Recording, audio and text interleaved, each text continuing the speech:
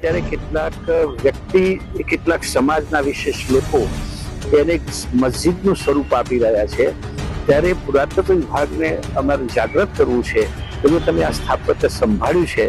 તો એને મૂળ સ્થિતિમાં જાળવી રાખવું, એમાં જે કંઈ બીજું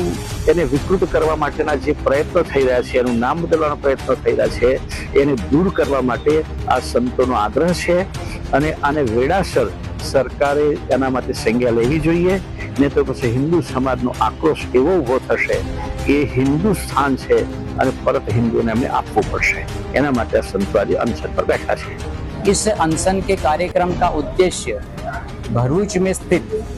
श्री चक्रधर स्वामी का जन्म स्थान और पूर्व में जैन मंदिर शकुनिका विहार, जो वर्तमान में तथाकथित जामा मस्जिद के रूप में स्थापित है, वो मूल रूप से भारत सरकार के ESI यानी पुरातत्व विभाग के अंतर्गत आने वाली प्रॉपर्टी है और उसके नीति नियम से वो संचालित और संरक्षित होनी चाहिए। અમારી તમામ માહિતીથી અપડેટ રહેવા માટે જોડાયેલા રહો S9 ન્યૂઝ સાથે।